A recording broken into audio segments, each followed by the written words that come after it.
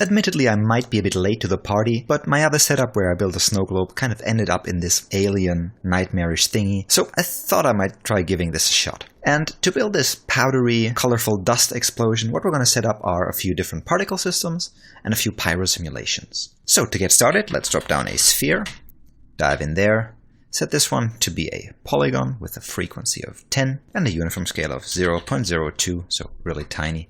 That's going to be the center of our explosion. And what I want to create next are vectors, velocity vectors, pointing away from the center of that sphere. I'm going to use a point triangle for that, and for now, I'll just create vectors pointing away, so v at v for velocity equals to the normalized value of our sphere's position.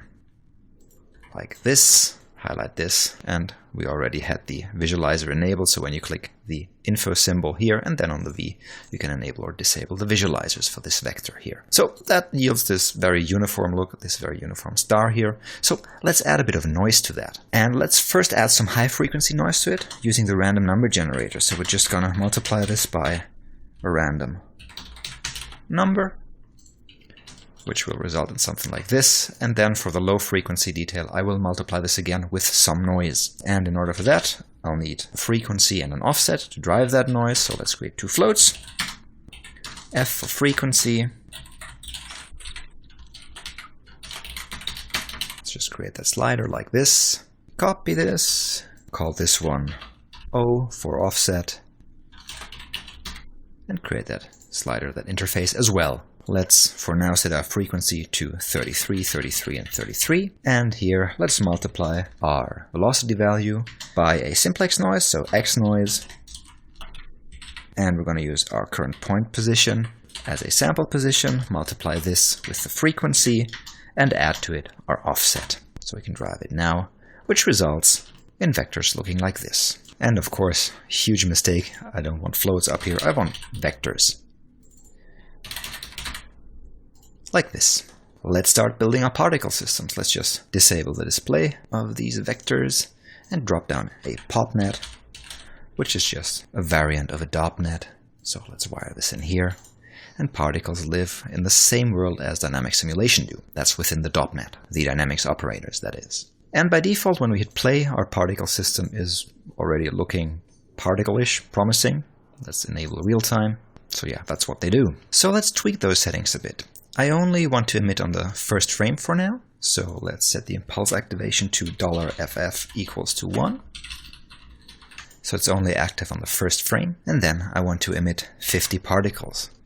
I don't want constant activation, and also I want a life expectancy of maybe 4 seconds with a variance of 1.5 seconds. So the shortest lifetime allowed for my particles will be 2.5 seconds, and the longest lifetime allowed will be 5.5 seconds. Let's hit play on this one. 50 particles. And after a while, they die. They disappear. The first wall I hit on this setup was, how do I emit secondary particles from that? And of course, Houdini's got its own nomenclature for that, and the built-in node for that is, of course, called popreplicate. Let's drop that and wire this in here. So these are the points to replicate. Let's wire them into this merge here too. And you can see this looks a bit weird, doesn't it? That is because the popreplicate tries to replicate or create new particles around existing particles, and by default is set up to create them in a sphere around the particles, in a very large sphere. So what we can do is dial back the size to 0.05 along each axis. Also, maybe dial down the uniform scale to 0.005, so this gets really tiny, almost to a point. And what I want to do is enable velocity stretch, and that will scale our sphere in the direction that our velocity vector is pointing from that particle. So it gets kind of comically stretched, and I want to stretch this a factor of 10. Hit play, and that is not working at all. That is because, on the one hand, in the attributes, I want to set inherit velocity only to 0.5, so the new particles, the secondary particles emitted from our primary particles, only inherit half the primary particle's speed. And also, I will add a tiny bit of variance to it, say 0.01 along each axis, and then again hit play. And we can see now those really pointy particles being emitted from our main particles. Let's reset that. And what I can do to break up the pointiness of those trails, this kind of clumping together in this geometric shape, is scale the secondary particles' individual velocities so they have a higher variance, but keep their overall direction. And I'll be using a pop wrangle to do that after I set the velocity on the pop replicate. So what I'll do here is multiply our particles' velocity times a random value. We're going to use the particles ID here to initialize our random generator, then add some seed to it, and we want to remap this. We want to fit this to be between, say, 0.01 and 0.2. So let's do a fit between 0.01 and 1.2, like this. So we are now multiplying our velocities by a random number between 0.01 and 1.2. And we can see that's getting a bit better, but it's getting wild out here. So we need something to kind of slow this down, a bit of drag. And also this looks very straight in the lines that they are moving. So a bit of turbulence would be nice. We can add both a bit of drag and a bit of turbulence using the pop wind. Drop that in here. And I have a slider for air resistance, so overall drag on my particles, and then here for some added noise. So let's dial that in. 0.2 on our amplitude, 0.1 on our swirl size, 0.2 on our pulse length, and let's drive our offset along the fourth dimension by our frame number here. And you might wonder where these values come from. Well, I spent about 2 days actually tweaking and going through the setup and finding the right parameters. In general, finding the right parameters and techniques to alleviate that will be the topic of a future tutorial. For now, just take them as they are. They worked for me. If you want to tweak them, please feel free to do so. I just spent some time coming up with those numbers. Also, I want to introduce the same noise or a similar noise to my main particle. So let's copy this one, wire in our main particles, or maybe in here, and also this secondary stream here, so that we have something like this with those settings here. Nope, 0.025 and no offset at all, like this. Let's hit play again. And that is still a very quick emission here. So in the emitter, in my source first input here, under attributes, I will dial back the inherit velocity and add a bit of randomness to it, like 0.1 along each axis. Let's simulate again. Also, what I want to do in the pop replicate here, so my secondary emitter, is add a bit of noise to our emission. Simplex noise of a frequency of 11, 11, 11, whoops, like this. And an amplitude of 0.025. Yep, that's right. Simulate again. Almost. And also in our pop replicate, in our birth, I want to disable the impulse activation, have the constant birth rate cranked up a bit to 1500, like this. And that still has this weird result, and I was wondering why. Well, that is because I'm multiplying my particle velocity in this particle wrangle here. I'm multiplying all my particle velocities with that. Also my main particles, so the ones I'm generating here, so not only the ones out of that pop replicate. And I want to limit this pop wrangle to only this pop replicate and not everything. And I will do that by creating a just born group out of the pop replicate here, call this one new_secondary, and then dive into my pop wrangle, check group, and select my new secondary group here. Let's keep the fingers crossed. And now we finally have that behavior we've been looking for. So lots and lots of particles generated from those 50 initial particles that we're emitting out here. However, when I look at this, I must have set up something wrong, so let's check. And yes, here in my first source, I set my initial velocity to set initial. I wanted to set it to add to inherited velocity. So inherit velocity is set to 20%, and my variance is set up as previously. So again, let's simulate that.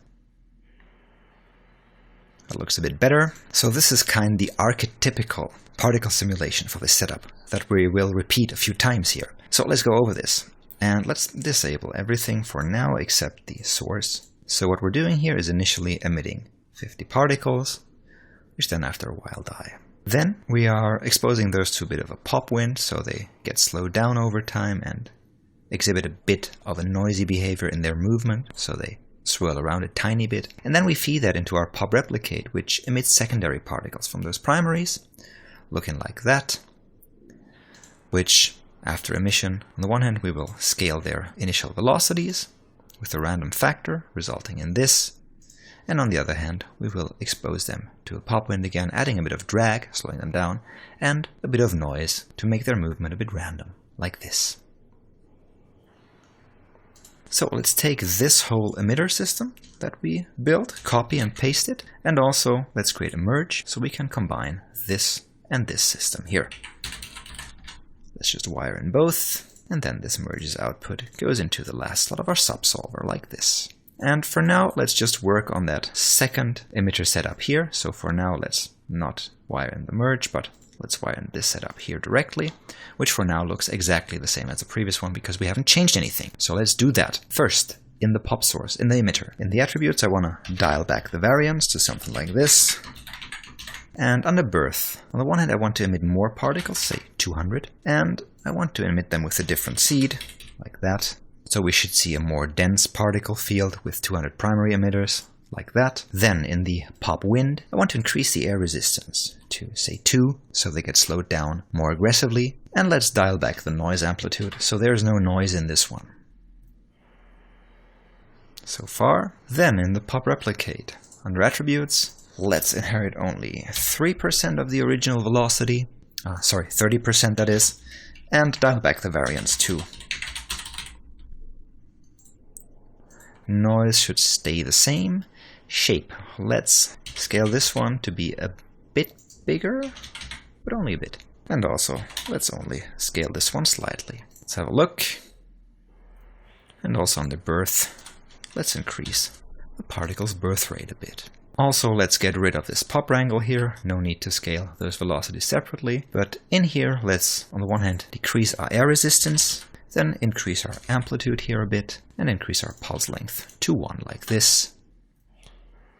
So we get this kind of starburst explosion here. Also, I noticed I was missing a 0 here at the constant birth rate in our first emission, so we emit 15,000 secondary particles, a really dense particle field. That is because basically they are dust and we need all those small, tiny details. Let's take this first emission system, copy it one more time. For later, we are going to wire it in the merge node down here, and for now, to dial it in, to have a direct look at the effects of our settings, let's wire it into the pop solver directly. Reset the simulation, and let's go over our settings. We want to have this one emit not only on the first frame, so let's disable this, but let's say as long as our frames are under 25. So for the first 24 frames, I want to emit with a constant birth rate of 100 particles, and then maybe have the seed set up to be our current frame number, plus, I don't know, some initial seed like this.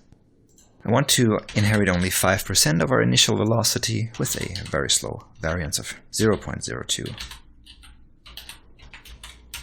And then our secondary particles should have a constant birth rate of 3000. Let's give them a variable seed as well, using our frames plus some initial seed. And leave our pop wind as it is set up now. So this is basically a duplicate of our initial particle system here, but it's emitting a bit longer. So to fill up that inner area of that sphere that we created, that we're emitting from, just to fill it with dust for a longer time and make it more dense. So let's have a look at all those 3 particle systems merged.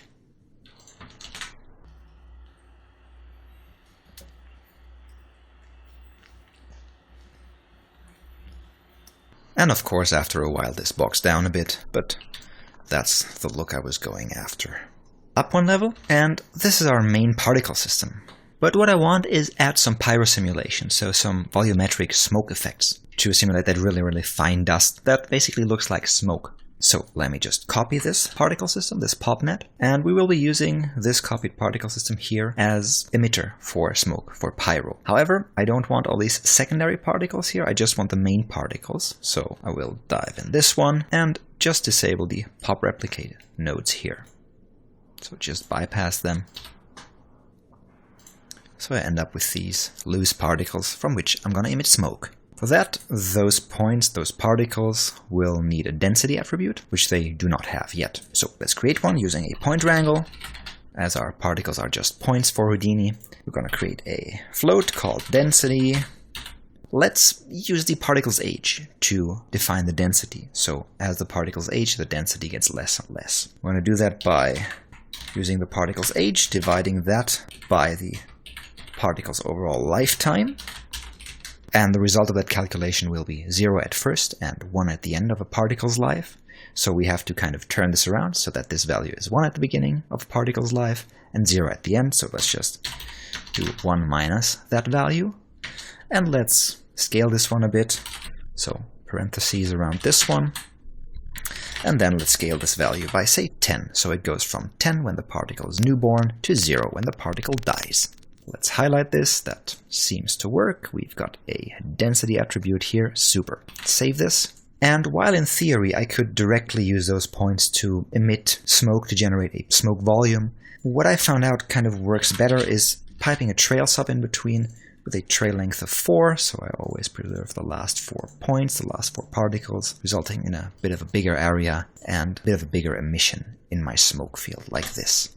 So you could just dial back or down the trail length depending on how strongly you want that smoke to be emitted. So to emit smoke, let's drop down a volume rasterize attributes, and we'd like to rasterize 2 attributes, not only the density, but also the velocity. So let's add velocity back here and scale down our voxels. We are really working small scale this time, so you can see we're working well between the 1 by 1 bounds here. So let's maybe try a voxel size of 0.00125 with a particle scale of twice this one here. So let's just copy this one, paste that down here. So twice that size, like this. Let's highlight this, maybe add a volume visualize, and increase the density scale here. And that clearly did not work, because this one was wrong. Of course, the attributes we want to rasterize go in the attribute slot, like this. And now we can see this volume containing these initial Pyro sources. These were our points, and this is the resulting volume. And this one goes into a plain vanilla .NET. Let's wire it in the first slot. Dive in there, and what we're going to need is a Pyro solver. You could also use the smoke solver. I like to use Pyro because it has some more fine controls about shape and smoke behavior. And this one needs a smoke object, wired in here, a volume source, wired into the last slot, and also to dynamically resize the simulations volume, a gas resize fluid dynamic node. Pipe in the pre-solve input here. So let's source our volume, and we're going to need 4 operations. So let's point this source to our first context geometry, and then we're going to source density, and density only. And I looked this up in my preparation material, so basically I don't need this velocity here. I can only work with density in that setup. So let's go in there. So I will source density to, well, density. That's the essence of our smoke. But scale this by 2. Next I will source density again, this time to pressure, with a scale of 0.5, so we add in a bit of pressure that drives around that smoke. Next, again, we're sourcing density to temperature. And finally, we're sourcing density to divergence, with a factor of 0.5. Let me go over these values again and make sure they are right and check against my notes. And of course I messed up. Pressure scale is 1, like this. So let me talk about divergence a bit. Divergence in a fluid or smoke simulation works like a pump or a sink. That means a sink where mass flows out of your simulation, is removed out of your simulation, or pumps where mass is pumped into your simulation. So what I'm using divergence here for is just to drive away the smoke from the emitter a bit outwards. That's what divergence does in this simulation. Alright, let's set up our smoke object to have an identical division size as our volume rasterize attribute, where we're creating those initial smoke trails. And then let's scale back our initial size. We don't need it that big. In the gas resize fluid dynamics, let's decrease the padding 2 and uncheck the clamp to maximum bounds under the max bounds tab here, so it'll resize no matter how big this grows. The final thing I want to do is drop down a gas damp node and set its scale to 0.2. Goes into the second slot and is just there to slow down the movement of the smoke over time a bit. So let's head into the Pyro solver finally. And I want to set up my cooling rate to be very much lower and my viscosity to be a bit higher. Also I want to get rid of the buoyancy lift so this one does not move up. And then I want to uncheck combustion, as I only want to simulate smoke here, but the interesting stuff happens in the shape tab here. Want to uncheck dissipation and add a bit of sharpening and mostly turbulence to have this one swirl around a bit as it's advected and moved around the scene. So let's set our swirl size to be something tiny, a bit smaller. Increase our turbulence to 5, and let's have the temperature drive the strength of that swirliness, of that turbulence. And let's increase the control influence. That means how many % temperature field controls the behavior of it. So 80%. Our control range should be between 0 and 10, because we scaled our density by a factor of 10, which we then used to generate that temperature field. So values in our temperature field should be in the range 0 to 10, like this. All right, let's just save this and run this briefly.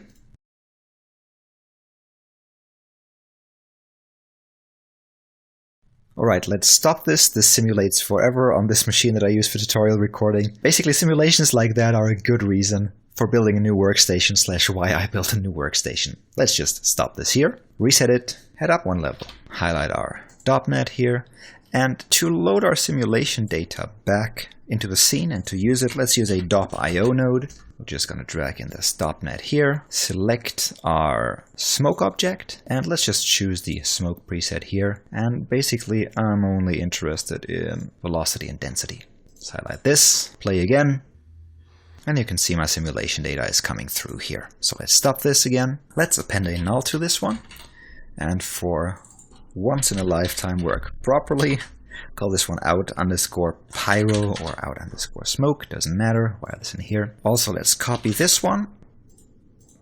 This one goes onto the volume rasterize attribute that we're gonna need later. Call this one out_emitter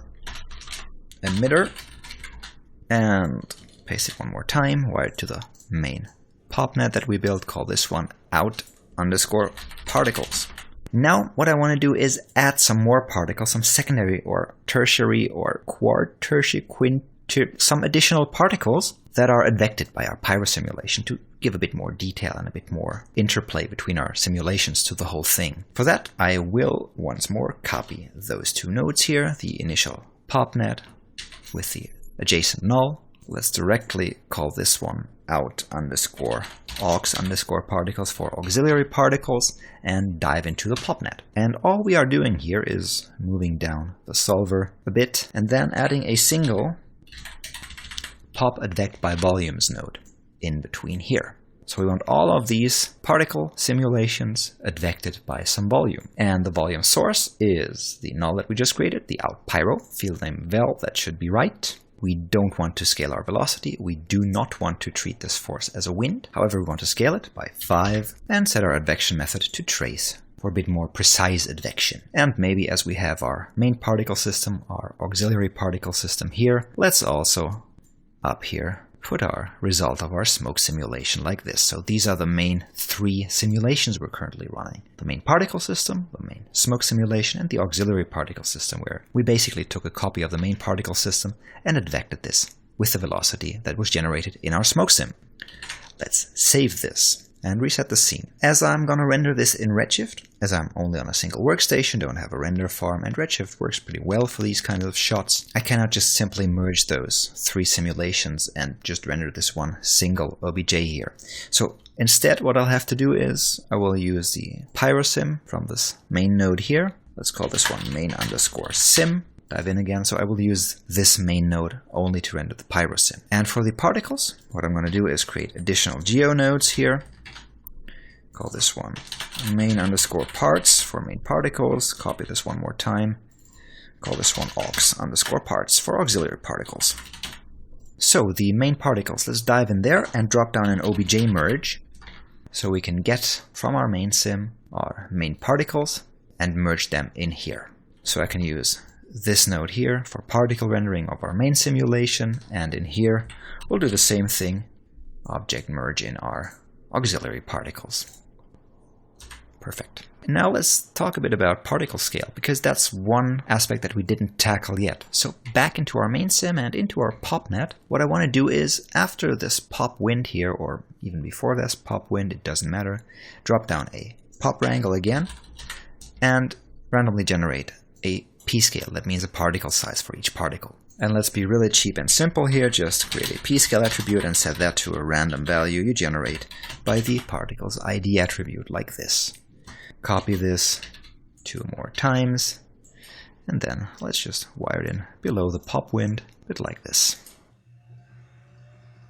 So we end up with something like this. Let's do that in our auxiliary particle system too.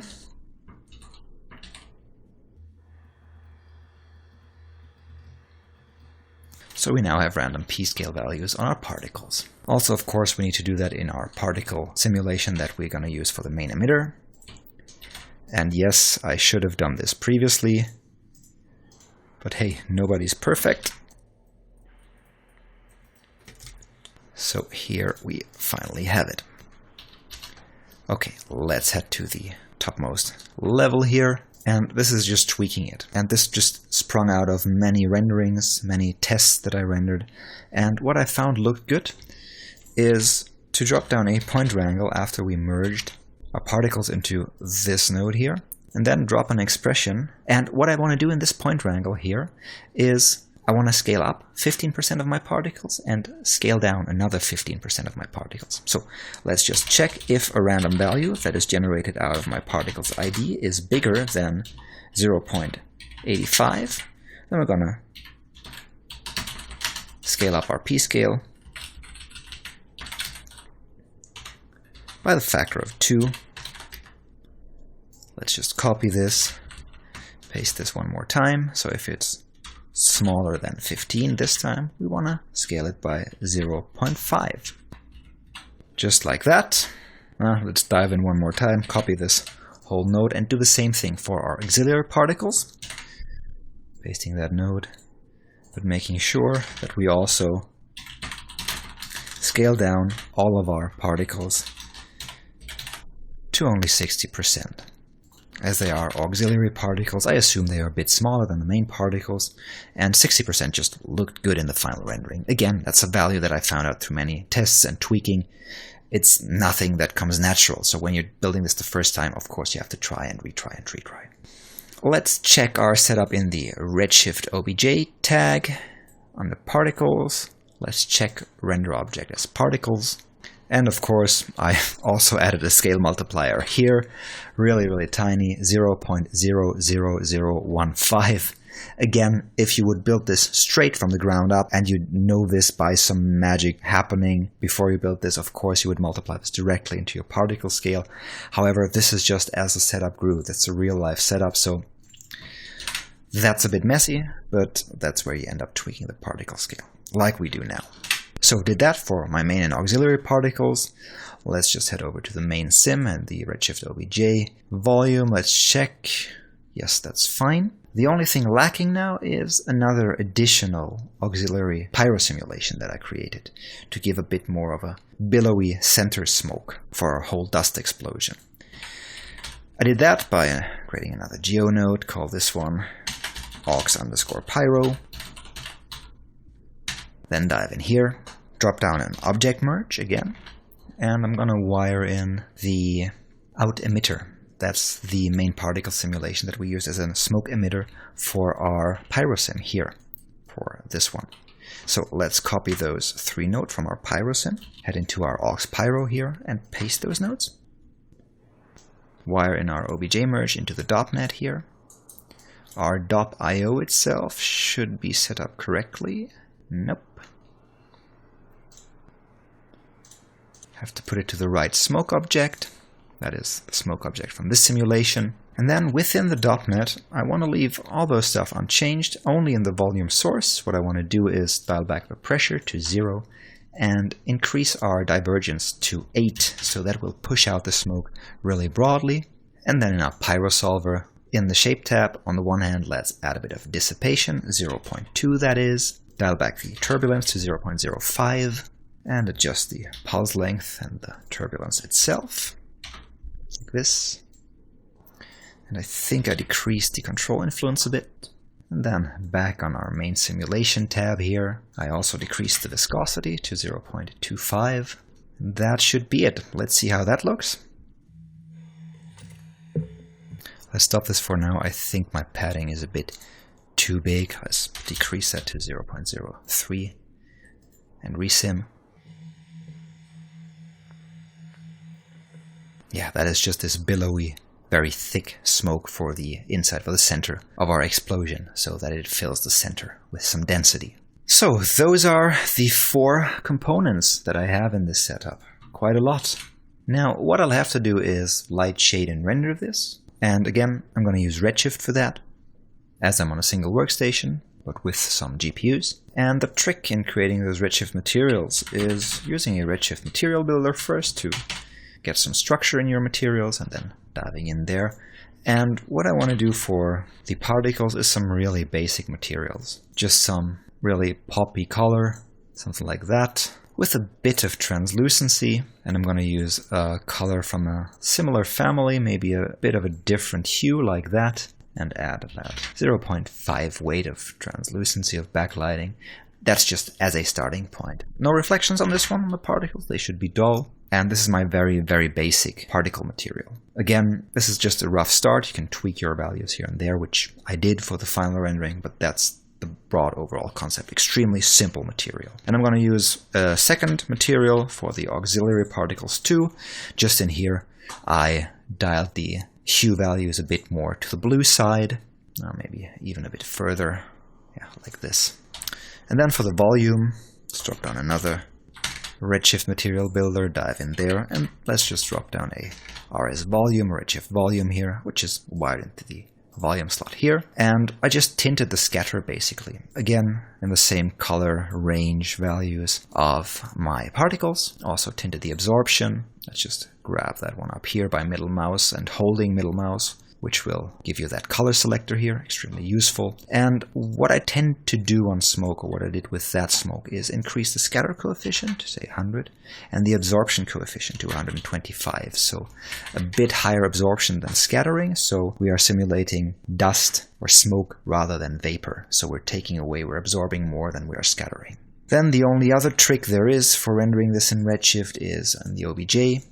I did a combination of an area light shining on top of this whole simulation and HDRI. And the only trick is when dropping down the light dome and linking up an HDR is in the light tab, scroll down a bit and increase the volume contribution scale to 1 instead of 0, so it shows up in your volume. Then when dropping down your Redshift drop, what I did on the one hand is enable global illumination, brute force. Then in the optimizations, increase the reflections, refractions and the combined trace depth, and finally in the main settings, increase the maximum samples to something between 256 and 512 if you want to have this really clean. And that's all there is, all that I changed in Redshift for rendering this. So this was a bit different than your standard entanglement tutorial, because this setup was a bit more involved and focusing more on a production aspect than just communicating a single technique. So you've seen me set up Pyro sims, you've seen me set up particle sims, and you heard me talk a tiny bit about setting up a rendering, shading, and lighting. Again, because this one was born out of a production setup. And we would be really interested in your opinion on that. Is that something we should consider doing more often, or should we focus more on a single technique, on a single example that you guys then can take and combine as to your liking and build amazing production setups out of? Let us know in the comments. Apart from that, a very colorful holiday season, very colorful New Year's explosion. Hope you enjoy the fireworks. Thanks again for an overwhelming 2018. And we wish and we hope that 2019 will be as amazing. Thanks to all of you guys for making this possible. A happy holidays, and a very special thank you to our supporters on Patreon, especially Kyoko Sakane, Important Looking Pirates, Joseph Howerton, Derek A. Johnson, Nick, Chris Hebert, Rafik Anadol, Rob Bryant Jr., and Mohammed Al-Habri. Thanks so much, guys. See you next year.